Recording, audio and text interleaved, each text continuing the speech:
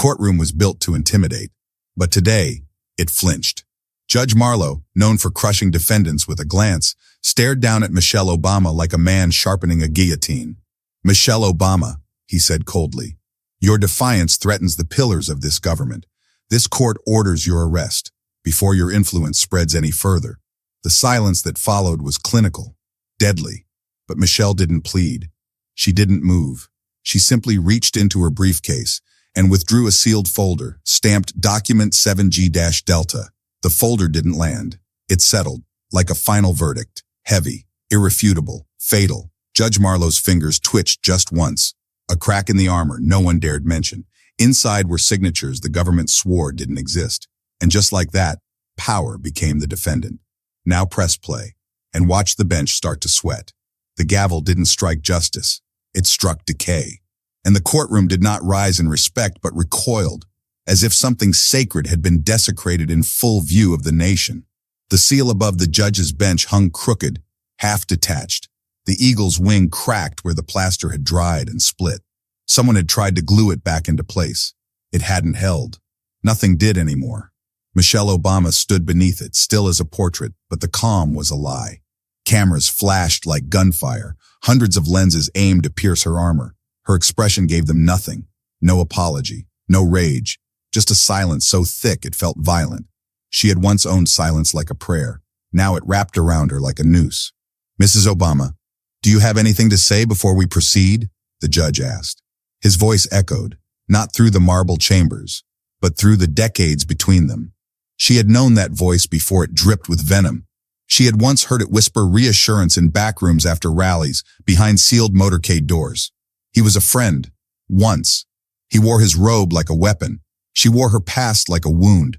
The courtroom's breath hitched. No one expected her to speak. She had remained silent through 3 hearings, 2 subpoenas, and 1 televised implosion.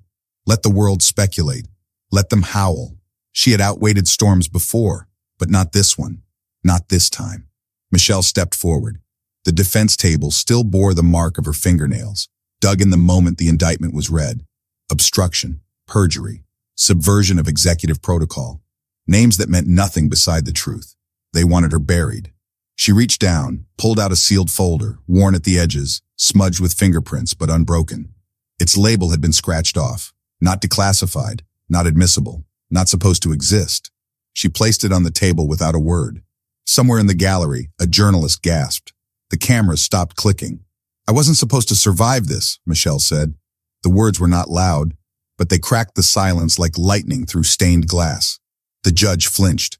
A muscle in his cheek twitched, the only sign that he had once known her well enough to fear her now. She opened the folder. The air changed. Inside, a photograph with blood on the corner. A letter dated 7 years ago. A classified memorandum bearing the signature of a man long thought loyal. And a transcript, redacted mostly. But what remained told a story no verdict could silence. She did not raise her voice. She let the pages speak. One by one, she laid them bare. And one by one, the room began to unravel. "What is this?" the judge said too quickly. His composure cracked. "The real trial," Michelle replied. Her voice carried the weight of a mother who had watched her daughters threatened, a first lady turned defendant, a woman who had once believed the law could protect the innocent. "This is inadmissible," the prosecutor barked, rising too fast, too loud. But his voice fell flat. He was no longer part of the room's gravity, because everyone could feel it. This wasn't a defense, it was an autopsy, and the body was still warm. The courtroom no longer watched a woman on trial. They watched the nation's reflection break. Each document she read was another fracture, another lie collapsed, another truth no one had wanted to name. The final page was not evidence. It was a note, handwritten, shaking cursive. The signature was unmistakable. The judge's. Michelle held it, not like proof, but like a memory, something dead and still burning. "You told me to hold the line," she whispered. "You told me they would never turn on me, that my silence would protect them, that we were protecting something sacred. But all we did was delay the reckoning." He said nothing. He couldn't, because that was the final betrayal. He had made her believe that silence was safety, and now the noise was devouring her whole. Outside, the crowd roared. Inside, the seal broke off the wall and hit the floor with a hollow, echoing thud. No one moved. Michelle didn't look away. She didn't cry. She didn't plead. She simply folded the last page and said, "I kept every promise I made. Now keep yours." The dread didn't rise. It drowned, and it had only just begun. The courtroom was already on fire, but no one could see the flames. They smoldered beneath the marble, between the floorboards, inside the throats of men who once called her sister, leader, friend. Every breath felt stolen. The fluorescent lights flickered overhead, not from malfunction, but fear. Mechanical systems trembling in sync with human indecision. Above it all, Judge Ellison loomed like the last monument of a dying republic, hands clasped with surgical stillness, black robe pooled like oil around his chair. Michelle sat, back straight, chin slightly raised, unmoving. Iron does not scream when it's being forged. The weight of 1,000 hours pressed into her shoulders, but she did not shift. Every eye on her, waiting for collapse. She gave them only stillness, a stillness that threatened to outlast the Constitution itself. The clerk fumbled with a folder, papers trembling like autumn leaves. Beside him, the stenographer tapped keys like they were counting the seconds to institutional death. A juror coughed and immediately regretted the sound. The reporters behind their clear plastic partitions scribbled on yellow pads like stenographers of the apocalypse. No one spoke, yet the room felt loud with judgment. Michelle's right hand rested on the table, thumb rhythmically brushing against her index finger. Slow, controlled, almost invisible. The only movement she allowed herself, not from nervousness, but because she refused to be numb. Not today. The prosecution had spoken for 2 days straight, accusations piled like sandbags against a dam they were praying would hold. Witnesses called her calculating, evasive, silently complicit. One of them had worked in the East Wing during her husband's second term. He wept as he described the night he delivered a sealed envelope to her office, never asking why it was labeled classified exord noforn. They painted her not as a traitor, but something worse, a believer who'd quietly helped bend the law in service of national interest. They said she was brilliant, graceful, dignified. They used these words like daggers, and she still hadn't said a word. Judge Ellison leaned forward. His bench was raised higher than most federal courts, an architectural decision he'd defended once as symbolic hierarchy. Now it just looked like a throne built to judge the ashes of a kingdom he'd helped burn. "Mrs. Obama," he began, voice even, "I'm prepared to grant a final recess before closing statements, but if you choose not to testify in your defense, I will instruct the jury accordingly." Michelle didn't blink. Every eye turned toward her like hounds scenting blood. She slowly stood. There was no creak from her chair, no shuffle of papers, just the whisper of her shoes against the tile. Soft, definite. "Your Honor," she said, the first words she'd spoken since the trial began. "You already made up your mind, didn't you?" Gasps fractured the silence like cracks in ice. Judge Ellison's face didn't move, but his hands tensed slightly, fingers pressing harder into one another. The bailiff shifted. The jury collectively stopped breathing. Michelle didn't flinch. Her voice was calm, precise. Not loud, but it filled the room in a way no shout ever could. "I've watched you," she said, turning not toward the judge but the jury. "All of you. I've watched the way your eyes move when he speaks." Her gaze flicked back to Ellison, impaling him. "And the way they freeze when I do." The prosecutor stood abruptly. "Objection. Prejudicial language. This is..."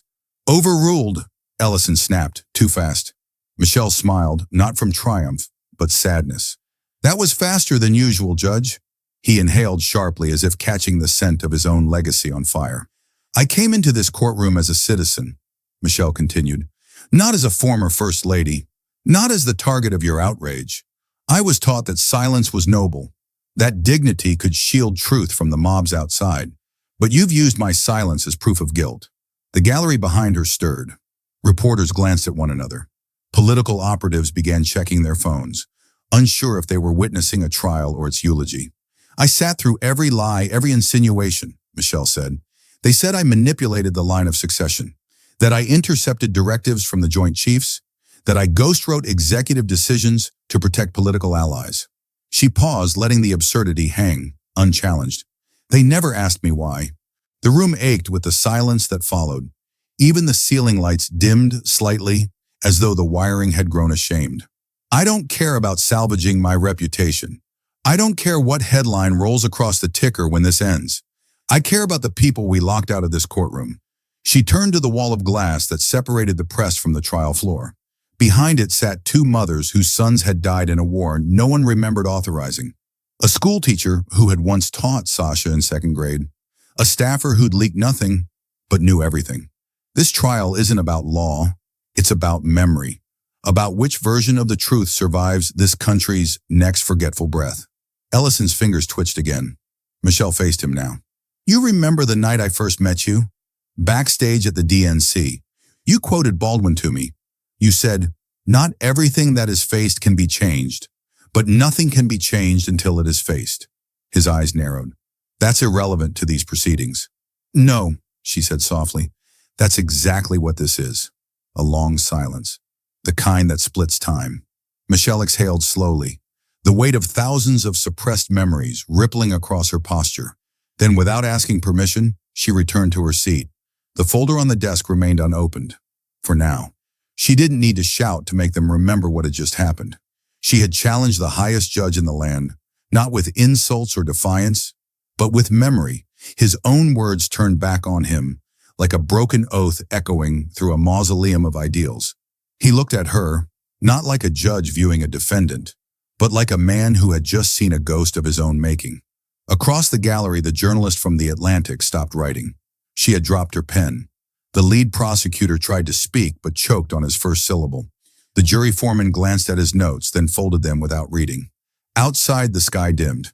The evening sun slashed through the windows like a warning. The courtroom burned, but it did so in silence. Not with fire, but with something worse. Truth stripped of theater. Memory stripped of mercy.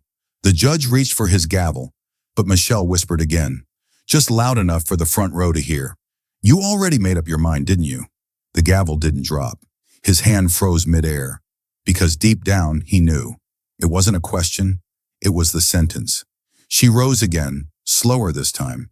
The air felt heavier, like the oxygen itself resisted history being rewritten. Michelle stood not to reclaim dignity, she had never lost it, but to drag something buried and brutal into the light. Her heels clicked like war drums on the tile.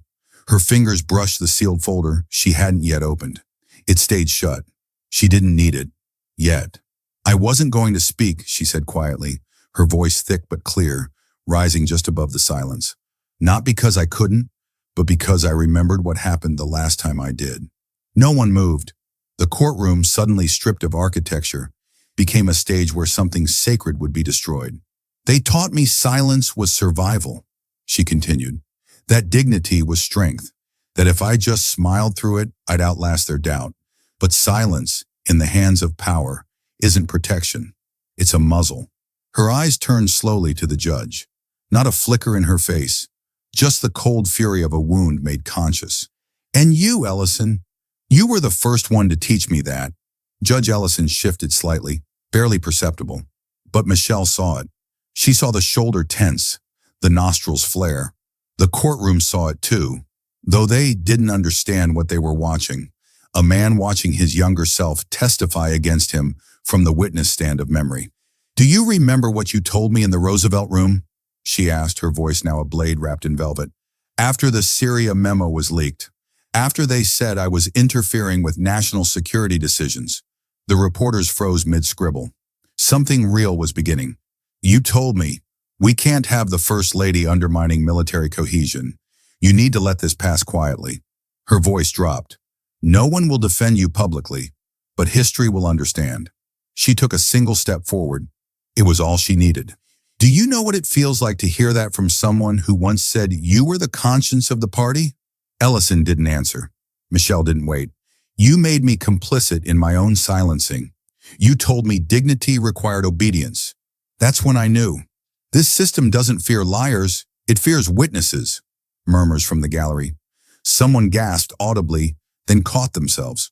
The cameras were rolling now, but no one dared look directly at them. The moment had outgrown spectacle.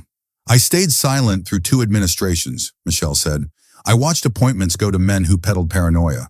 I watched budgets shift away from education and into intelligence. I watched private firms bury ethics beneath executive privilege. She turned back to the jury. I didn't sign the Syria order.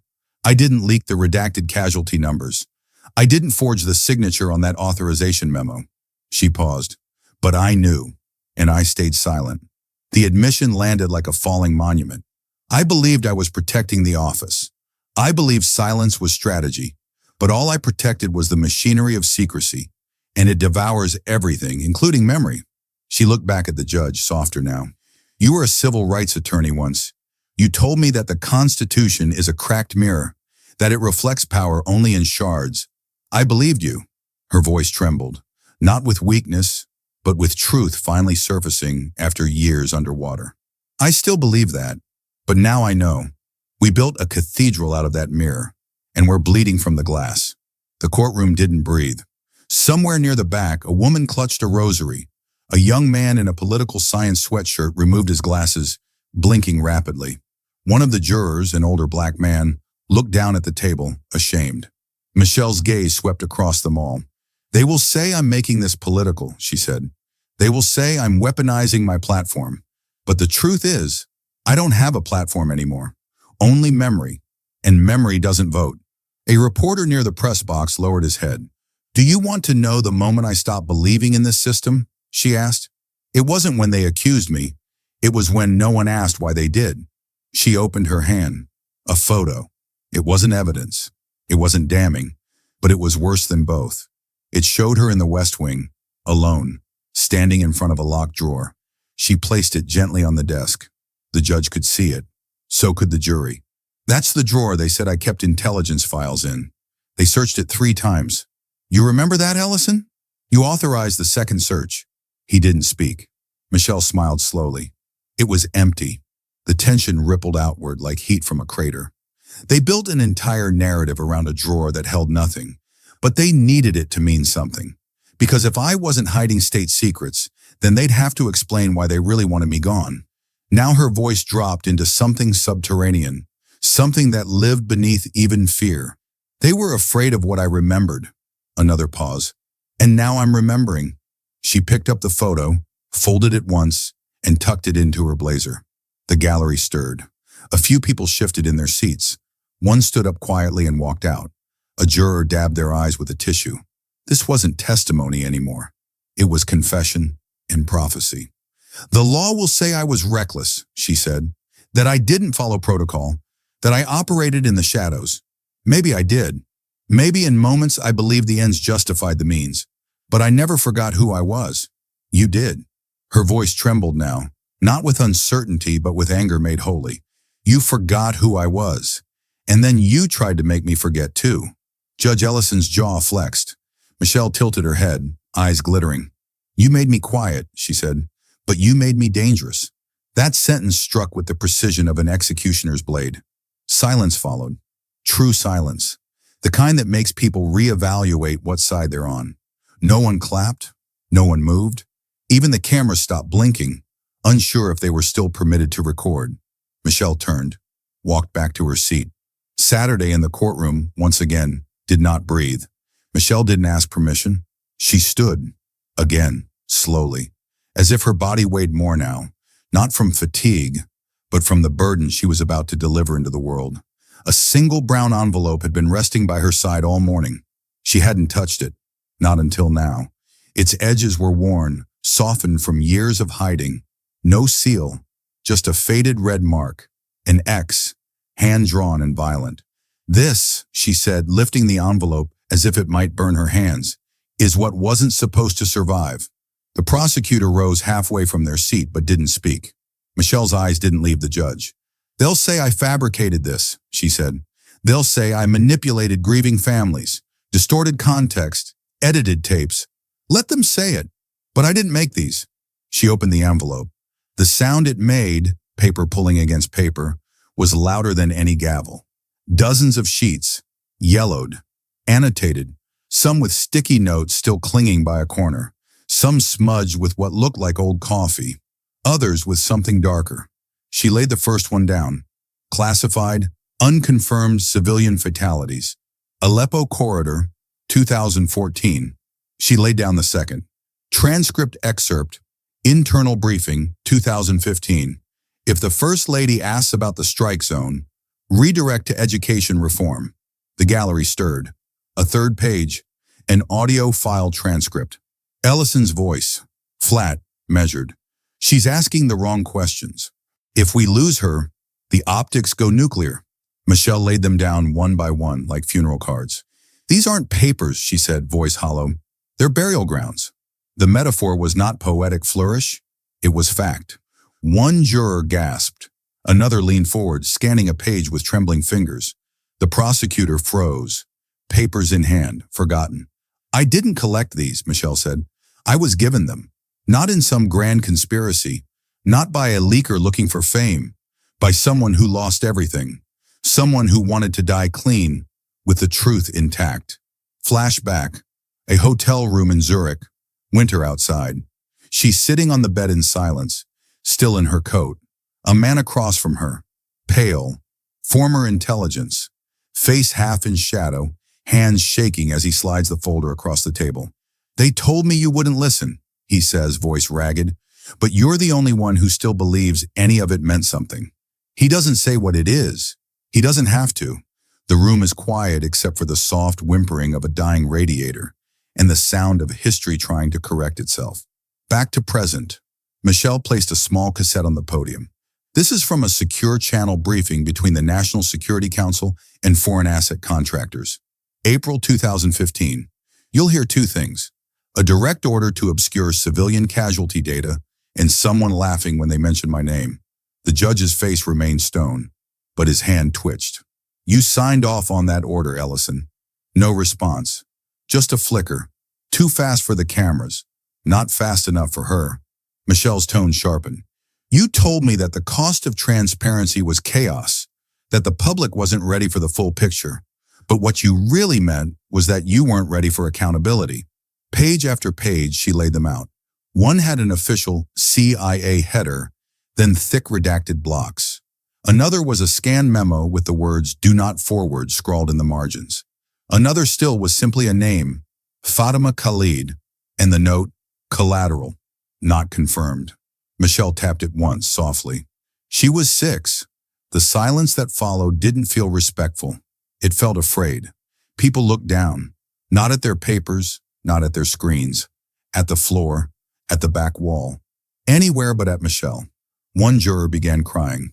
These aren't leaks, she continued. They're records, buried by the very people who now claim to defend the truth. The prosecutor finally stood. Objection. These are unverified. Michelle didn't raise her voice, but she cut through him like a blade. Every one of these has a twin in the digital archives. You can check timestamps. You can call witnesses. But you won't. She looked back at the gallery.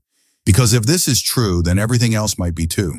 Then she stopped, mid-sentence, her mouth still open, as if a new thought had struck her throat like lightning. I never asked for vengeance, she said slowly. I only ever asked to be believed.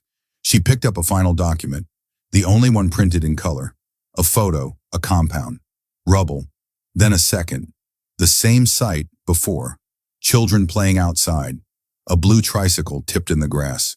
Do you remember what they said in the press release? Michelle asked, voice barely above a whisper.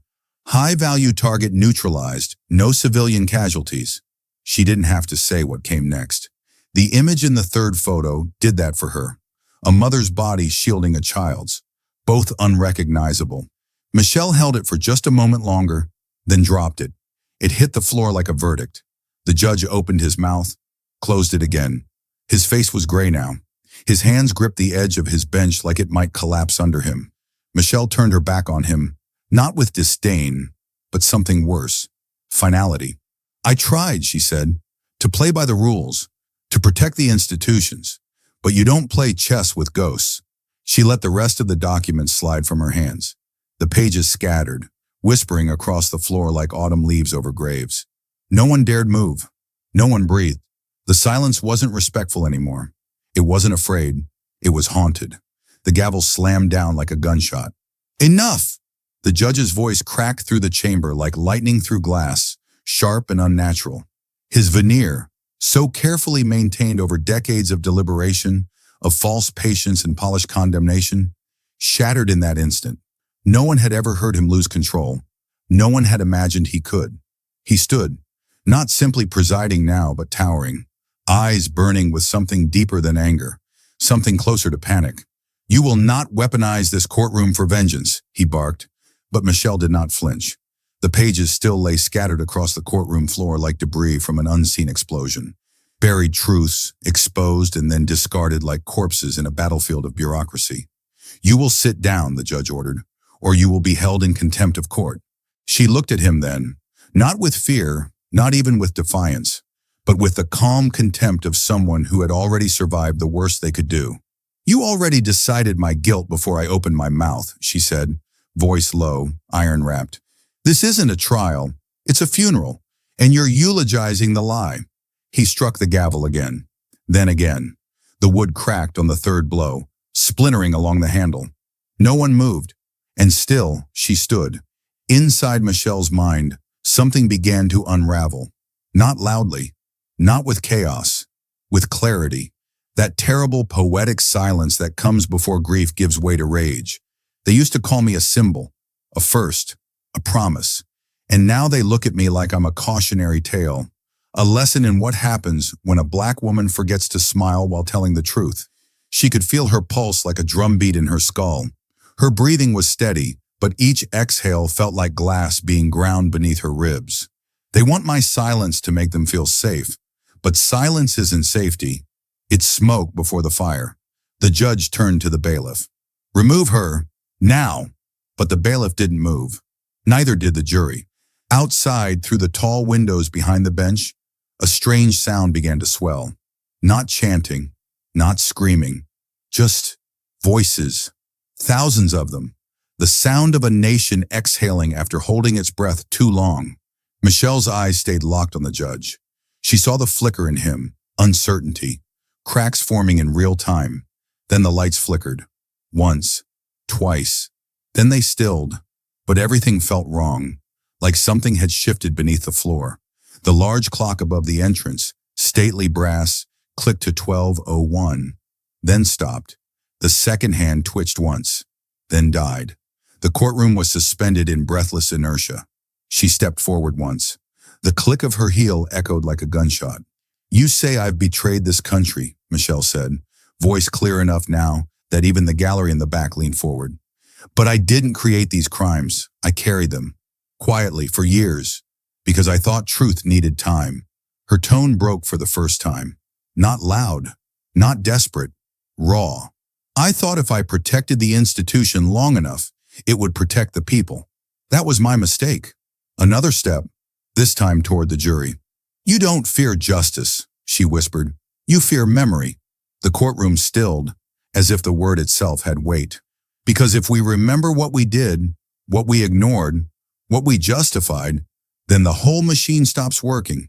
Then you can't hide behind decorum. Then every oath, every verdict, every patriotic commercial starts to feel like bloodstained theater." She turned to the cameras. "They don't want justice. They want a spectacle, a villain.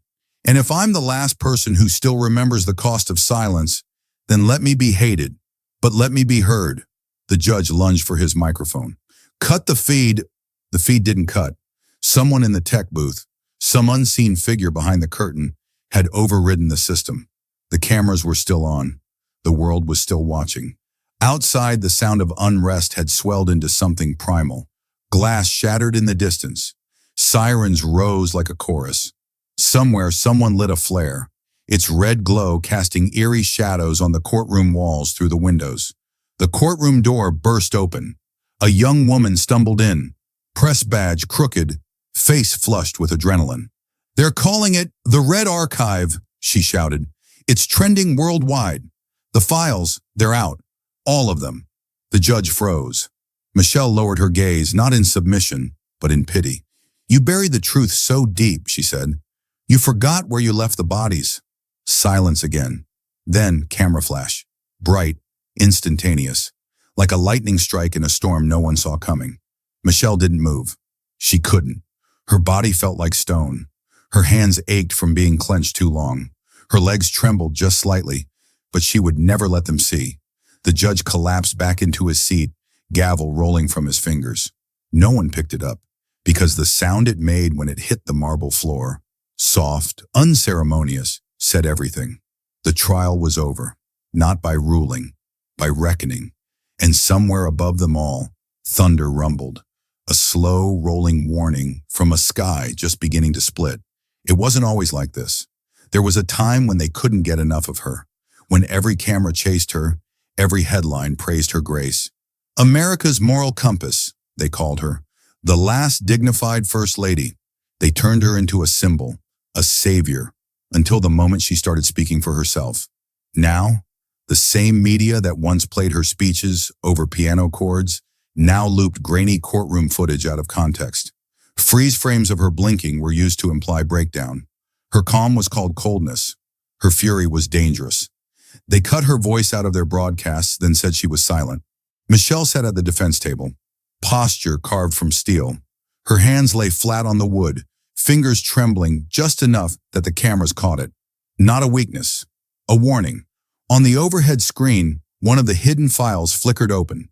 A surveillance photo of her in the Roosevelt room, mid-conversation with a now-indicted intelligence operative. They tried to pin the entire scandal on that frame, one moment out of thousands.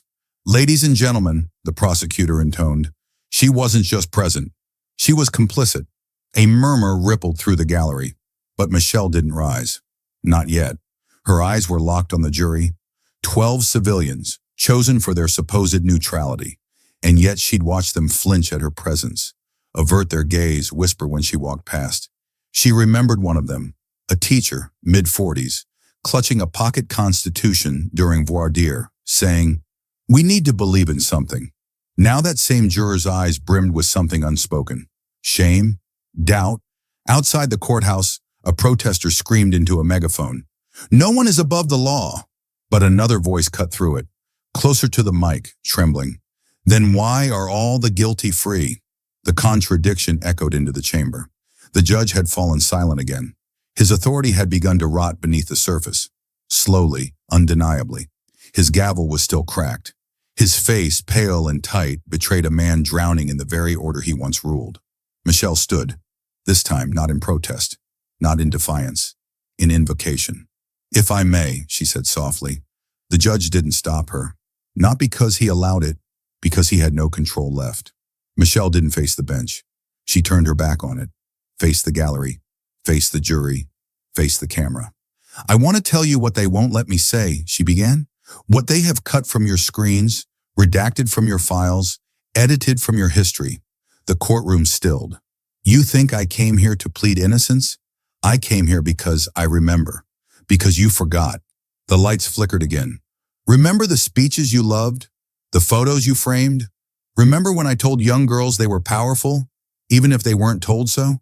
When I stood beside a man who tried to change something too big to hold?" She paused. "Then, do you remember when I said, 'When they go low, we go high'?" There was a faint, bitter laugh in her voice. "That was the first lie, because sometimes when they go low, you have to drag them out." Whispers erupted. Flashbulbs popped. She stepped forward. "They called me eloquent. They called me graceful. But they never called me dangerous until I started asking questions." A juror wiped her cheek. A tremor ran through the gallery. "They loved me when I stayed in their frame, when I smiled, when I wore their colors and thanked them for letting me in. But I was never inside. I was tolerated, displayed. Until I opened a drawer, they told me not to." Flashback cut through the silence like a scalpel. Michelle in the White House residence, years ago, late at night. She opens a drawer in the West Wing that's always been locked. Inside, a folder, red seal, untitled, untouched. Back to now. "They told me not to touch it, but you don't give someone a locked drawer and expect them never to wonder."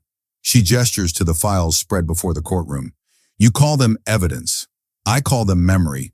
These aren't just papers. They're pages from a nation we pretend doesn't exist." The prosecutor rose. "Objection! Irrelevant testimony." The judge raised a hand, hollow. "Overruled." Michelle turned back to the jury. "You want a villain. You need one. It's how this story always ends. A woman rises, she asks too many questions, she forgets to smile, and you paint her as the architect of chaos. You burn her and call it justice. Silence, then a sound, a single sob. The teacher juror. Her hand clutched her lapel, knuckles white. "I was supposed to hate you," she whispered. "That's what they said." Michelle nodded. "They taught you to. It's easier that way." The doors creaked open at the back of the courtroom. Everyone turned. A man stepped in, broad-shouldered, face in shadow. But the room shifted. The judge froze. The press whispered. Michelle's breath caught. Not because she feared him, because she knew him. An old friend, a former chief of staff, a man who once called her America's conscience, who had disappeared 2 years prior after blowing the whistle on a covert surveillance program. No one had heard from him since. He said nothing, just walked slowly down the aisle, eyes locked on Michelle. The room was silent except for his footsteps. And then he nodded, just once. Michelle's eyes didn't fill with tears, but her voice cracked. "This story doesn't end with my innocence," she said. "It ends when you decide what justice actually looks like. Because this system was built to break women like me." Pause. I'm still standing. The press didn't click. They stared. Even the cameras paused. Recording, yes, but transfixed. The way a lens stares at fire. Outside, the crowd began to hum with a new energy. Not rage, recognition. As if they were realizing what had been in front of them all along. She could have chosen silence. She could have folded the pages back into their folder, stepped away from the podium, and let the machinery grind her down. Let history write her in grayscale again. But Michelle Obama stood still, center stage in a courtroom gone mute, fluorescent lights flickering like dying stars above her. Her shadow fell long against the floor, stretching toward the jury like the outline of a truth too old to look in the eye. She no longer looked composed. Her posture had changed, not broken, unlocked. "You want to know what I remember?" she asked. "What I really remember?" She wasn't asking the judge anymore, or the jury. She was asking the building, the country, the nation hiding behind glass, screens, flags. "I remember standing outside a hospital in Chicago," she began, her voice rough with ash, "with my brother, watching my father struggle to breathe through steel bars of insurance bureaucracy." Her hand trembled, not out of weakness, but restraint. "I was a girl with too much hope and not enough language, and I watched my father die slower than any man should, not from disease, but from what this country doesn't say out loud." She raised her eyes. "It kills quietly, with forms, with silence, with not yets, and will sees." No one moved. "I buried my father," she said, voice cracking, "in a system that buried me with him.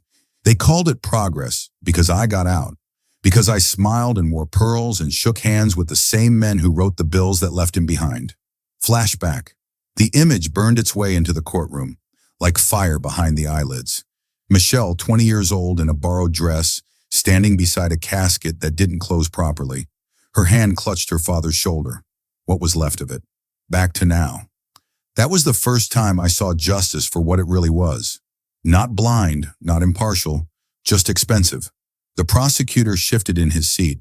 His knuckles were white on the edge of the table. The judge looked down, suddenly fascinated by his own hands. Michelle walked forward, not pacing but advancing. "They called me radical when I asked why my neighborhood had one grocery store for 10 miles. They called me ungrateful when I said that a black first lady wasn't the victory they thought it was. They said I should be proud." She stopped. "I was proud, but I was not free." One of the jurors looked down at her lap. Another stared at Michelle like a bomb had just detonated and they hadn't realized they were standing on the fault line. "Do you remember," she asked the gallery, "when they put my daughters on the cover of tabloids, measured their hair, their skirts, their smiles, and then called it cultural analysis?" She didn't wait for an answer. "Do you remember when I said enough in private, only to be told that grace meant enduring it?" A silence bloomed, hot, uncomfortable. It didn't cool the room. It charged it. "They told me I couldn't talk about grief, that I couldn't talk about rage, that I was a symbol, not a woman." She turned again, to the jury now, who visibly recoiled from the gaze. "They're not prosecuting me for what I did," she said. "They're prosecuting me for surviving a system I was never meant to outlive." The screen behind her blinked again. A new image. A photograph of the Oval Office from years ago. Michelle at the desk. Alone. Late night, her hands around a cup of tea, a sealed manila folder just beside her.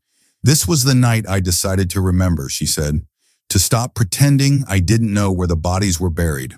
A beat, and how many of them looked like me. The silence now was total. Not even the protesters outside dared interrupt it. I was told this would all go away if I just let it pass, let the lies harden into truth. But I didn't. She faced the judge now. I knew you once, she said, voice softening into something far more dangerous. You told me I was brilliant, that my voice would change the country. A pause. And then you told me to keep it down. The judge's jaw flexed, but no words came. Only the creaking of the chair as he shifted, as if hoping the ground beneath him might swallow the rest. You sat in meetings where my name was invoked like a threat. You signed off on surveillance orders. You greenlit character assassinations in whispers. She stepped closer, not to accuse, to bear witness. And now you sit there in robes, pretending you don't remember the knife you helped twist. She stopped just before the bench. I remember. She turned back to the gallery, her voice lower now, more intimate, like a secret that had waited too long. You think this is my defense? She asked. Her voice cracked, then sharpened. This isn't my defense. A final flashback erupted behind her. A younger Michelle, sitting on a porch in South Chicago, watching police lights flicker down the street, holding a notebook, writing, the words barely legible. They think they know me, but they don't know what I've survived. Back to now. She breathed once, deep, then delivered the line that would burn into history. This isn't my defense. It's your confession. The room convulsed. The gallery exhaled all at once. Cameras frozen, jury glassy-eyed. Even the stenographer's hands stopped moving. For a second, the courtroom became a church. Not in faith, but in guilt, in reckoning. No verdict had been read. No sentence declared. But something had ended. Something far deeper than a trial. The system didn't collapse in flames. It caved inward, quiet, stunned, like it had finally heard its own echo and realized the voice wasn't human anymore. Michelle stepped back from the bench. The judge tried to speak. He couldn't, because she had already taken the floor. And now, there was nothing left to say. The silence refused to break. Michelle Obama stood at the heart of the courtroom, her breath steady, her face unreadable. She had just declared it. This isn't my defense. It's your confession. And now the judge, once an iron wall of decorum, was unraveling at the seams. He slammed his gavel again and again, but it no longer sounded like order. It sounded like desperation. Mrs. Obama, this is highly irregular. This is not, he fumbled, tripping over his own authority. Michelle didn't move. Sit down, he barked, his voice cracking. Still she stood. Bailiff, the judge snapped. Remove her from the stand. But no one moved. The bailiff, eyes wide, did not so much as blink. The courtroom, once rigid in obedience, now drifted in another gravity, one she had conjured, or maybe one she had merely reminded them of. I said remove her. Why? Michelle asked quietly. Because I told the truth? The judge looked around, realizing too late that the gallery was not with him anymore. Not the jurors, not even the stenographer, whose fingers had frozen mid-word. His power, rooted in decorum, precedent, obedience, had evaporated the moment he tried to silence her grief. You are in contempt, he muttered, of everything this court stands for. She stepped forward gently without heat. This court doesn't stand for anything, she said, soft as snowfall. It kneels to memory it doesn't want to recall. The judge stood now too, his robe fluttering slightly, like a costume trying to remember it once meant something. Enough! Michelle turned to him, eyes calm, not cruel. You don't get to say when it ends. The gallery, packed with cameras and onlookers and operatives, erupted, not in cheers but in quiet standing. A wall of witnesses, no applause, no chants, just presence. She wasn't smiling. There was no victory in her stance, no joy in their turning. Her face remained carved in mourning. Don't you see, she said, it's too late for sides. Flashbulbs cracked in the distance. Someone outside began to shout. A woman wept near the back of the room. Somewhere, a child's voice whispered, Mom, is she going to jail? Michelle's hands shook now, not with fear, but with weight. The weight of history, of all she had carried. And then she reached into the folder again. Slowly, deliberately. Another document. This one wasn't evidence. It wasn't explosive. It wasn't secret. It was her statement of defense. The formal one. The paper she'd been told to read at the start of the trial. Approved, sanitized. A few paragraphs of polite gratitude and legal boilerplate. She held it up. "This," she said, "is what you wanted me to say." Then without looking, she tore it in half. Then again, and again. Paper flaking through the air like snow made of lies. The courtroom gasped, not from the gesture, but from the truth beneath it, that they had all expected her to obey even now. Michelle dropped the shredded pages on the floor. Next, her fingers moved to her hand. Slowly, deliberately, she slipped off her wedding ring. A hush fell colder than before. She stared at the gold circle resting in her palm, the symbol of everything they had fought for together, she and Barack. The unity, the hope, the battle to make belief outlast bitterness. And yet, this was supposed to mean something, she whispered, not to anyone specific. "But I've spent more years married to a lie than a man." She laid the ring on the bench beside the torn paper. Not thrown, placed. The judge looked like he'd been struck. Something in him collapsed visibly. His hand covered his mouth. His eyes, once flinty, went distant, as if he were seeing the moment she was talking about. The one he had helped build, then helped bury. Then Michelle reached for the final symbol. A small pin, a flag, once tucked neatly at her collar. She took it in her hand, pressed it to her lips, then let it fall. Metal clinked against tile. The sound echoed through the chamber like a broken vow. "I don't hate this country," she said. "I remember it. I remember everything." Someone in the gallery sobbed openly now. "I remember the hopes we had, the grace we gave, the chances we never got." She looked up past the judge, past the cameras, past the walls themselves. "I don't want your pity. I don't want your reversal. I want your memory, because you'll never forget this day." She took a breath, because it was already written. Then she stopped, completely, not in triumph, not in peace, but in stillness, like a bell that had been struck and now rang only in the bones of those who'd heard it. The judge's mouth moved again, but no words came. He looked out at the crowd, as if begging them to understand, to return to order. But it was gone. Order wasn't the air anymore. Only reckoning. Outside, the sky had dimmed. Rain tapped gently against the high courthouse windows. Thunder rolled across the horizon, low and uneven, like a throat too hoarse to scream. Cameras flashed, not constantly, just once, then again. Each click a memorial. Michelle Obama turned her back to the bench and waited. The judge did not read a verdict. He couldn't, because no one believed in the verdict anymore. She didn't move. The crowd didn't speak. The final image lingered like a scar.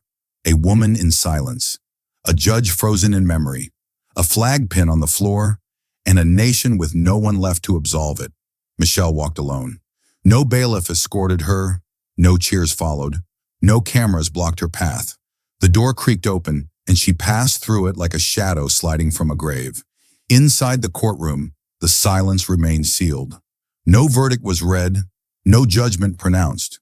Only the memory of what had been said, what could never be unsaid, lingered in the stale, electric air.